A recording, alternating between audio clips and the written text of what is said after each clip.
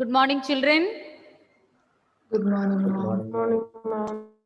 We were learning about action spectrum and absorption spectrum of photosynthesis. Hope you're remembering the graph we saw. And we also found that the action spectrum and absorption spectrum of photosynthesis, they coincide.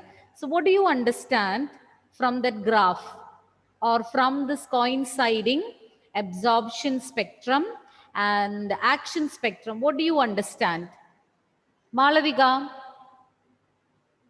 what do you conclude? Photosynthesis is maximum at blue and red regions. Very good. Photosynthesis will be maximum at blue and red regions of the spectrum. And from the graph, you can understand one more factor. What is that? What is that, Gayatri? One more factor we understand, we can conclude from this particular graphs.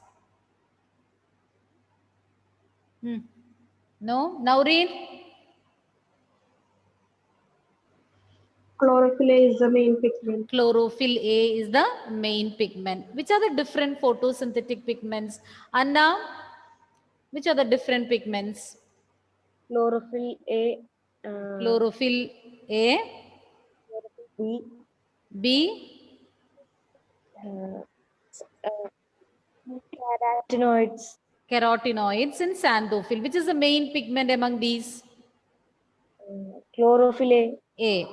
What is the role of the other pigments? Rijas, there are many other pigments like B, xanthophyll, carotenoid, etc. What are their functions? Did we discuss that? Yes. Okay. Tell me, Rijas, what are the functions? Two functions we learned. How do they assist main pigment, that is chlorophyll A? You know the answer, Rijas? No. Vidar? Now the exams are over and you got a holiday also in between. Yes, Vidar? They absorb light They absorb light. and transfers to chlorophyll A. They absorb light of different wavelength and they will transfer it to the main pigment chlorophyll A. One more function is served by them. Punya, which is the second function?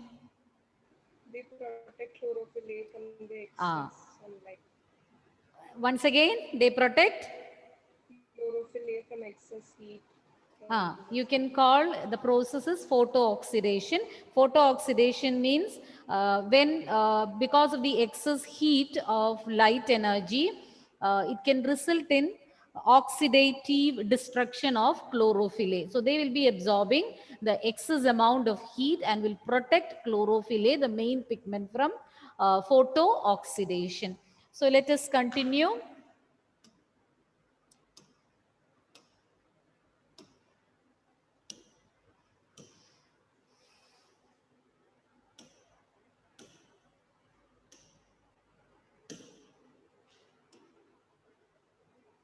Next, we are going to learn about photosynthesis in detail. As we already learned, it has got two phases, light reaction, or two stages are there, light reaction and also dark reaction. Light reaction is the one which takes place in the presence of light or where light is essential for the process to be carried out. Whereas in dark reaction, it is not light dependent, but that doesn't mean that it is taking place in darkness. It is not dependent on light. Light reaction is dependent on light energy. For the reaction to take place, light energy is must. Whereas dark reaction is not, is light independent reaction. We even call it as photochemical phase. Light reaction include light absorption, splitting of water, release of oxygen, and forming high energy chemical intermediates like ATP and NADPH. ATP, you know, adenosine triphosphate, then NADPH, nicotinamide adenine dinucleotide phosphate hydrogen. Both of them are highly useful in carrying out dark reaction. So these produced in light reaction will carry out their role in, or they help in the functioning or carrying out the second stage, that is dark reaction. So these two will be produced during the first stage and helpful in carrying out dark reaction. Once again, light reactions, the different stages included are the absorption of light, splitting of water, the release of oxygen. Upon splitting water, oxygen will be released, and it also results in the formation of high energy chemical intermediates like ATP and NADPH. And light reactions involve two photosystems. So before we go into details, let us learn about photosystems. The pigments, there are different pigments which are associated with the process of photosynthesis. So these pigments are organized into two photochemical light harvesting complexes, LHCs. Light harvesting, pigments, they trap solar energy. The different pigments, they will trap solar energy to help in photosynthesis. So photosystem, there are two photosystems, photosystem 1 and photosystem 2. And what do they contain? In this particular photosystems, the different pigments are organized into two photochemical light harvesting complexes. Those two are photosystem 1 and photosystem 2. So once again, the light reaction involves two photosystems, photosystem 1 and 2, or else you can call it as PS1 and PS2. And the different pigments, they will be organized into photochemical light harvesting complexes, and these two light harvesting complexes constitute photosystem 1 and photosystem 2. And these are named PS1, PS2, that these naming 1 and 2 is based on the sequence of their discovery.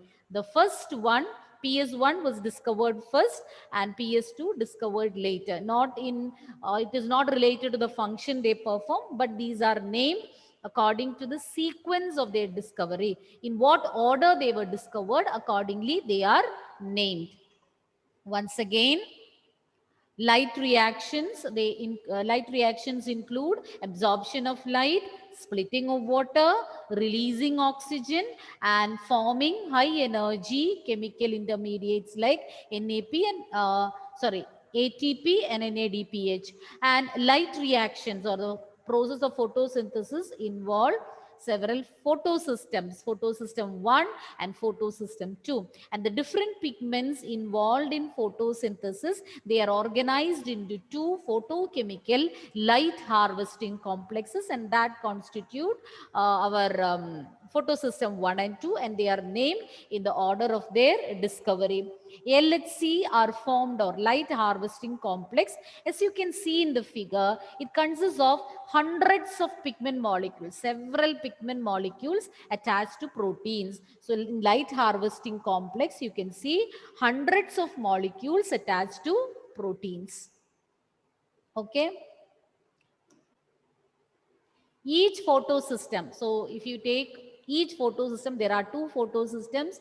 All the pigments except one, that is except one molecule of chlorophyll A, which is the main pigment, all the other pigments, they form a light harvesting complex, as you can see in the picture. So all these pigment molecules will join together and they form the light harvesting complex. But one will stand apart and they will form the reaction center.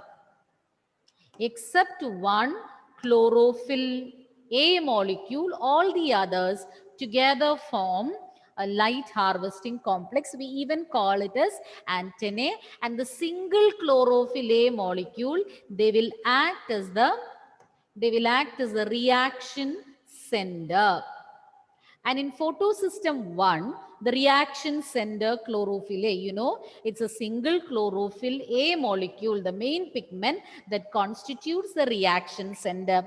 And this chlorophyll A will be absorbing light at 700 nanometer. That means the wavelength of light, it is red light. So the wavelength of red light which is absorbed by chlorophyll A is 700 nanometer. So hence you can call it as P700. So this reaction center that is included under PS1, they will be absorbing light of wavelength 700 nanometer. So you can even call it as P700.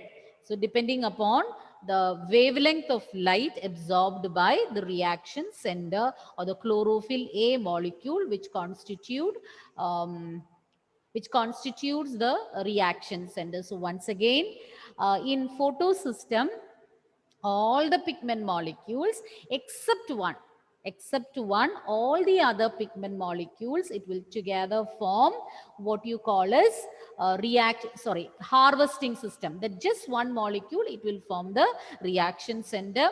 And in PS1, the reaction center will absorb light of wavelength 700 nanometer. Hence, we can call it as P700 also.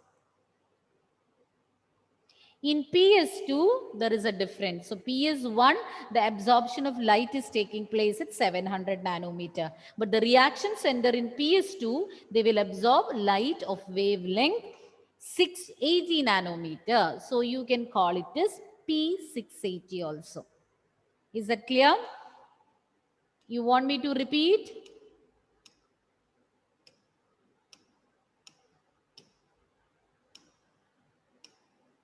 Children, you want me to repeat? Photosystems. So quickly I will see, because I don't think I can get any response from you and you don't feel like responding spontaneously. So we started with light reaction, and the different stages included under light reaction are light absorption, water splitting, release of oxygen, and forming ATP and NADPH. Both of them are high energy chemical intermediates. They play an important role in dark reaction. And then photosystems. Light reaction, it involves two photosystems. So two photosystems are involved in the process. And here the pigments, it consists of pigments. And the pigments are organized into two photochemical light harvesting complexes, or LHC. And there are two photosystems. So all the pigments present in each photosystem, they will form a light harvesting complex which will help in trapping the solar energy to carry out photosynthesis. And the naming of these photosystems is done in the sequence of their discovery. And light harvesting complex, it consists of hundreds of pigment molecules attached to proteins. Then we learned about photosystems, and each photosystem, in that just except one molecule, a single molecule of chlorophyll A, they will form the reaction center. Remaining all the molecules will together form a light harvesting complex or antennae. And this in photosystem 1, the reaction center, which is made up of a single chlorophyll A molecule, absorbs light at 700 nanometer. So we can call it as P700. The reaction center can even be named as P700 in photosystem 1, whereas in photosystem 2, we call it as P680, because the absorption of light is taking place at 680 nanometer. That is why you name it as P680. Now next we are going to learn about non-cyclic photophosphorylation. Hope you have understood what we covered just now. Phosphorylation, just the word phosphorylation.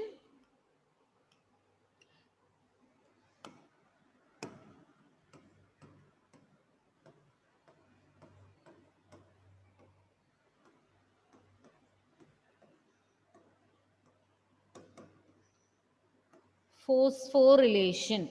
Phosphorylation means synthesizing ATP, or the synthesis of ATP by cells. You call it as phosphorylation. And when you call it as photophosphorylation, it is taking place in the presence of light. So once again, Phosphorylation means the synthesizing of ATP molecules by cells. And when ATP molecules are synthesized in presence of light in chloroplast, and ATP is being synthesized from ADP. ADP is adenosine diphosphate. It will be having only 2 phosphate molecules, and this can get converted into ATP with the addition of one more phosphate molecule. So then it will become A, then 3 phosphate molecules. You can call it as adenosine triphosphate. Adenosine diphosphate will change into adenosine triphosphate on the addition of one phosphate molecule. So phosphorylation means it is the synthesis of ATP molecules by cells, and when the synthesis of ATP is taking place in chloroplast in the presence of light, you call it as photophosphorylation.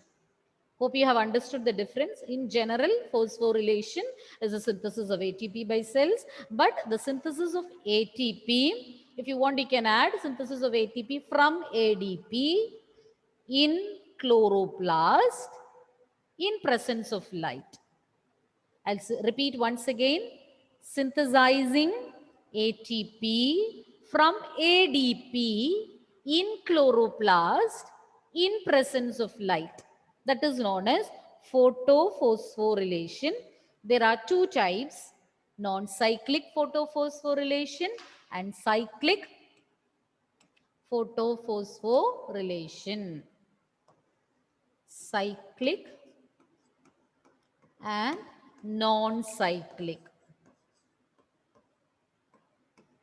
So you will be learning in detail about the subdivision non-cyclic and cyclic photophosphorylation. And first let us see what is non-cyclic photophosphorylation. And non-cyclic photophosphorylation happens when both photosystems are working in a series, whereas in cyclic photophosphorylation only one photosystem will be working. In non-cyclic photophosphorylation, as you can see in the picture, 2 photosystems, they'll be working in series. 2 of them are working in series. But in cyclic photophosphorylation, only one photosystem will be active. Only one will be functional, that is photosystem 1. So let's see first about non-cyclic photophosphorylation. Some new terms you are learning, so it will be better if you can revise the very same day, and if you have the habit of writing the difficult spellings a few times like you used to do in smaller classes, that also will be better to avoid confusion of these terms. Non-cyclic photophosphorylation, we even call it as Z scheme of light reaction because of the peculiar pattern. You can see the pathway, just see the yellow part, yellow arrows, you will find Z shape. Okay, that is why you call it as Z scheme of light reaction, non-cyclic photophosphorylation, or Z scheme of light reaction. This can be asked to explain with the help of a diagram, so you should know the diagram also. But if you understand and learn, it won't be very difficult, but just by heart the picture and all, you'll find it difficult to recollect. Understand the concept and then you learn, it will be quite easy. Now let's see how is it working. We even call it as electron transport system because an electron transport system is involved here. So here you can see photosystem. Just a minute. Here you can see photosystem 2, photosystem 1, the light harvesting complex of those respective photosystems. Here you can see an electron acceptor. Then here you see electron transport system. Even though they have shown it is a single unit, It consists of a series of molecules, a series of complexes, not just one. Since you don't have to learn the details, they have just presented it as electron transport chain. So it includes so many complexes like plastocyanin, plastoquinone, cytochrome B6, cytochrome F, plastoquinone. So many molecules are involved, but since you don't have to learn all those in detail, they have just represented it as electron transport system. We even call it as electron transport chain also, because here a series of molecules are arranged, plastocyanin, then cytochrome B6 and F, then plastoquinone. So they are arranged in the form of a chain. So we even call electron transport system as electron transport chain also. So we are going to begin with that. When PS2, PS2 or photosystem 2, they will absorb light of wavelength 680 nanometer. So we call the reaction center as P680 also. So when PS2 absorbs 680 nanometer wavelength of red light, this is receiving light. So when light is being received, what happens is the electrons present here, they get excited. The electrons, they get excited and they jump into an orbit away from the atomic nucleus. So upon receiving light energy, these get excited and they will be transferred to an electron acceptor. The excited electrons will be transferred to an electron acceptor. Once again, photosystem 2. So we are beginning with photosystem 2. That is why in the beginning I told it is not in the order of their function or the order in which the Z scheme is taking place. First it is photosystem 2 and then photosystem 1. The naming has nothing to do with their function, but the naming is done based on the sequence of their discovery. So here photosystem 2, the light harvesting complex of photosystem 2 is shown first, and when the reaction center of photosystem 2 receives or absorbs light of 680 nanometer in response to or upon receiving the light energy, the electrons will get excited, and excited means they will jump into an orbit away from the atomic nucleus in response to this light energy, and then they will be transferred to an electron acceptor. An electron acceptor will take them, and from the electron acceptor, they will be passed to a chain, or they'll pass through an electron transport chain, which consists of cytochromes. So they consist of, for the electron transport chain, as I told, cytochrome B6, cytochrome F. So it consists of several cytochromes. Cytochrome means heme containing proteins. Heme is iron. Heme containing proteins. HAEM, hemoglobin.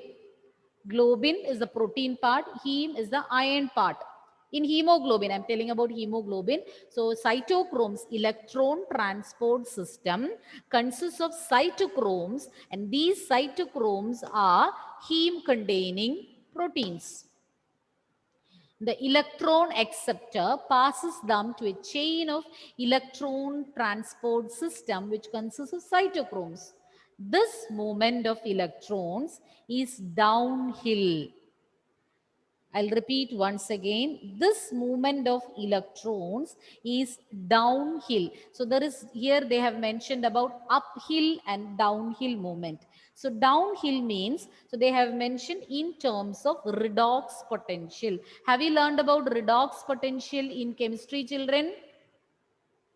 Yes or no? No. Yes. I will ask your chemistry sir. Johnson sir, I will ask, have you learned redox potential? No. Potential.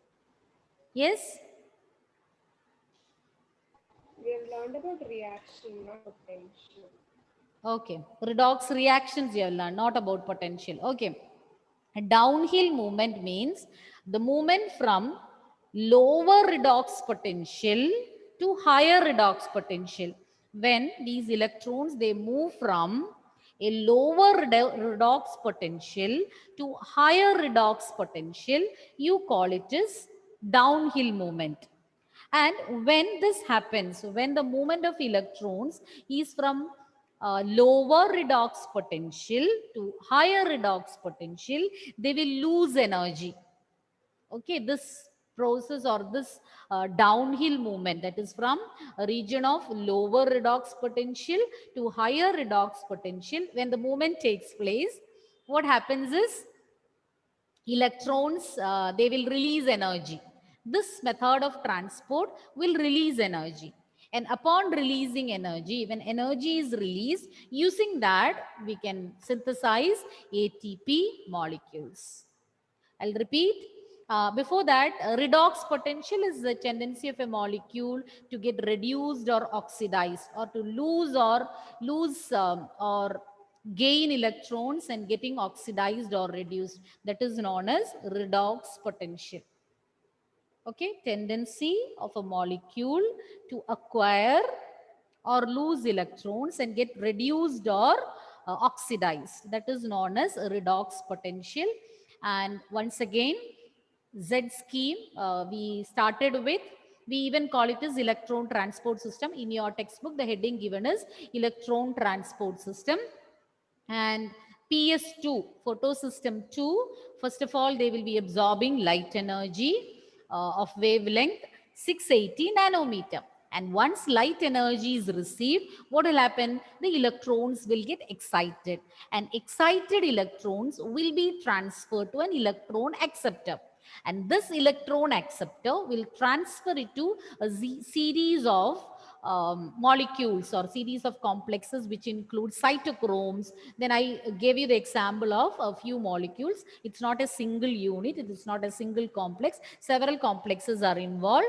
So this electron transport system consists of cytochromes. They are heme containing proteins, and as it passes through the electron transport chain, energy will be released because it's downhill movement. Means when the electrons are transferred from this electron acceptor through the electron transport chain, the movement is from a lower redox potential to a higher redox potential. So when molecules move from lower to higher redox potential, energy will be released. Using that energy, ATP can be synthesized, and that is given over here.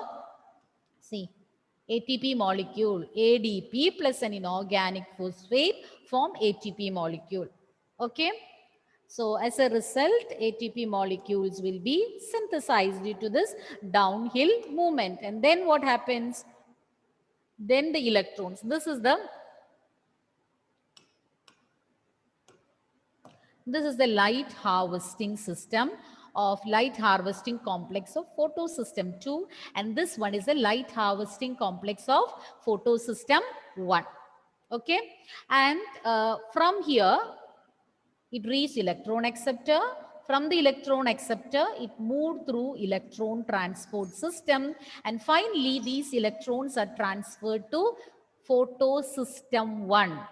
So what started the electrons moving from light harvesting complex of photosystem 2, they will be taken up by the electron acceptor, then downhill they will move along the electron transport chain, and finally they will reach photosystem 1. The electrons will be transferred to the light harvesting complex of photosystem 1 simultaneously. So now the electrons have received here.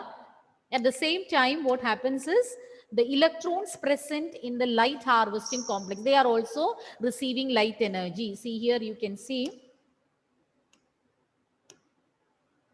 Light is received by the light harvesting complex of photosystem 1 also. So simultaneously at the same time, the electrons present in photosystem 1 upon receiving light energy at 700 nanometer, they too get excited.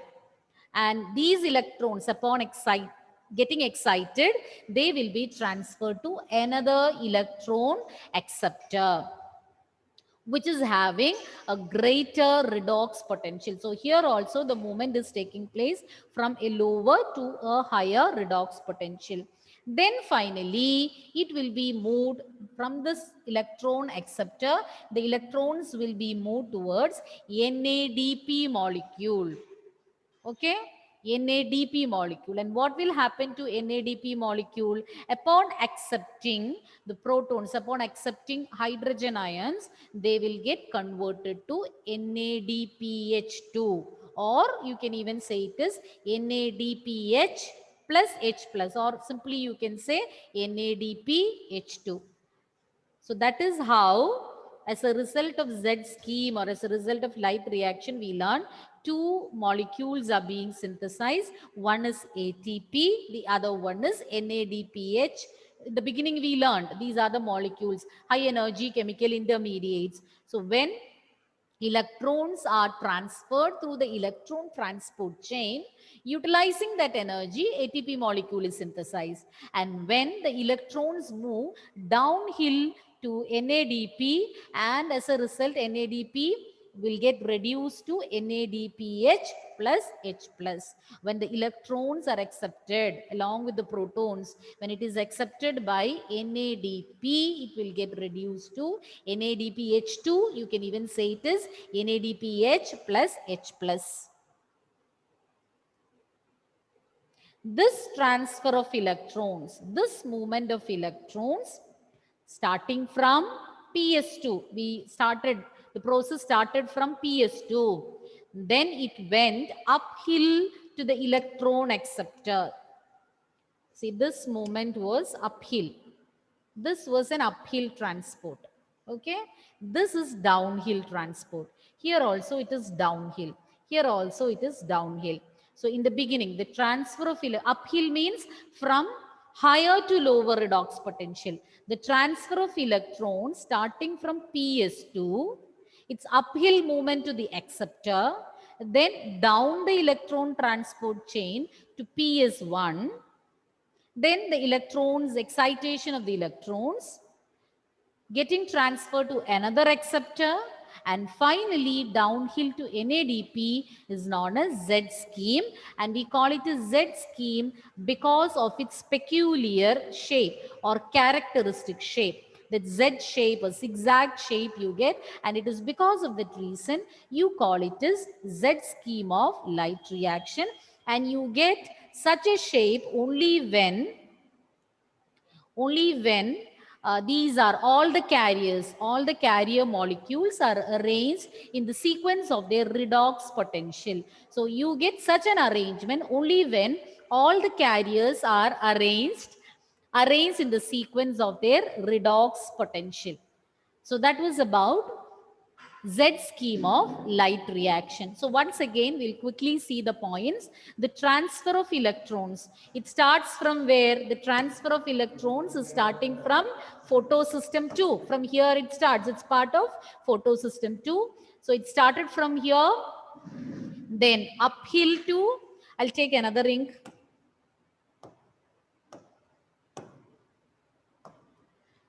So it started from photosystem 2. From there, electrons moved uphill to the electron acceptor. Then it moved downhill to the electron acceptor, releasing energy. And finally, it will reach photosystem 1.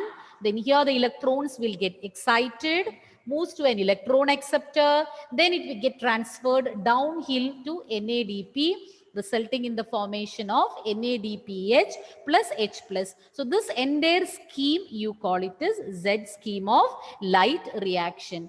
And this shape is formed when all the electron carriers, they are placed in a sequence on redox potential scale. So when we arrange them, when all the carriers are arranged in the order of their redox potential, you get such an arrangement or this characteristic shape is formed when all these are arranged on a redox potential scale. So that was about Z scheme of light reaction. So let's see Z scheme once again. So any doubts, clarify now. 9:20 is the time, no children?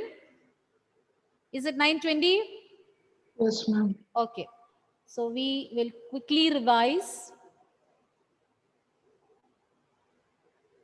This was a starting slide. So when photosystem 2, so to begin with, we know that there are two photosystems involved, and to begin with photosystem 2, they will absorb light of wavelength. They'll absorb red light of wavelength 680 nanometer, and once light energy is received, what will happen to the electrons? They'll get excited.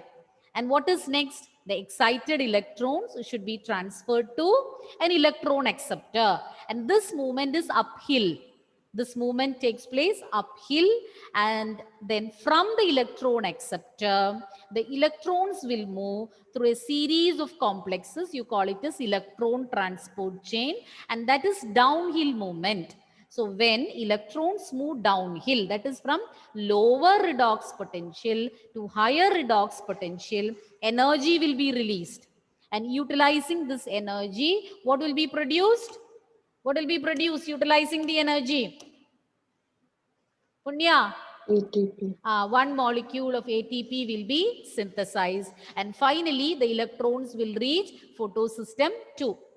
And at the same time, upon receiving light, what will happen to photosystem 1? There also the electrons will get excited and they will be transferred to an electron acceptor. And from the electron acceptor, they'll be moving to NADP. And then what happens to NADP? It will get reduced to NADPH plus H plus. Okay? The electrons are transferred to the pigments of PS1 or photosystem 1, and simultaneously electrons in PS1 also get excited, and that excitement is upon receiving light. So which wavelength of light they are absorbing? 700 nanometer. Then they will move to an acceptor molecule. From there they will move downhill to NADP, making it reduce to NADPH plus H plus. So this entire scheme, you call it a Z scheme because of its characteristic shape. And this shape is obtained when the molecules are arranged, when the carriers are arranged in the order of their redox potential. Is it clear? Anything to be repeated? Anything to be repeated? No. Okay. So next period, you will have to learn this. In between so many periods you have. When is your next period? When is your next period? Biology. You have a gap in between? 11. So you have a gap in between, no? Yes or no? Yes, ma'am. Yes. Which are the two photosystems involved in photosynthesis?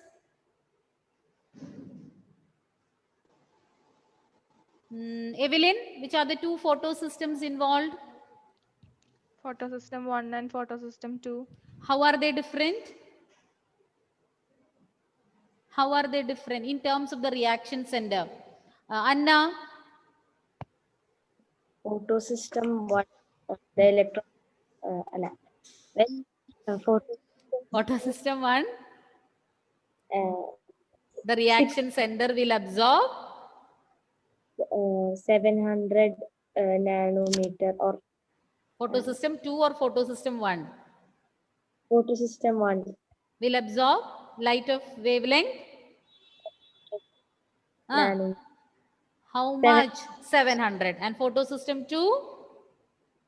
80 nanometer. Okay.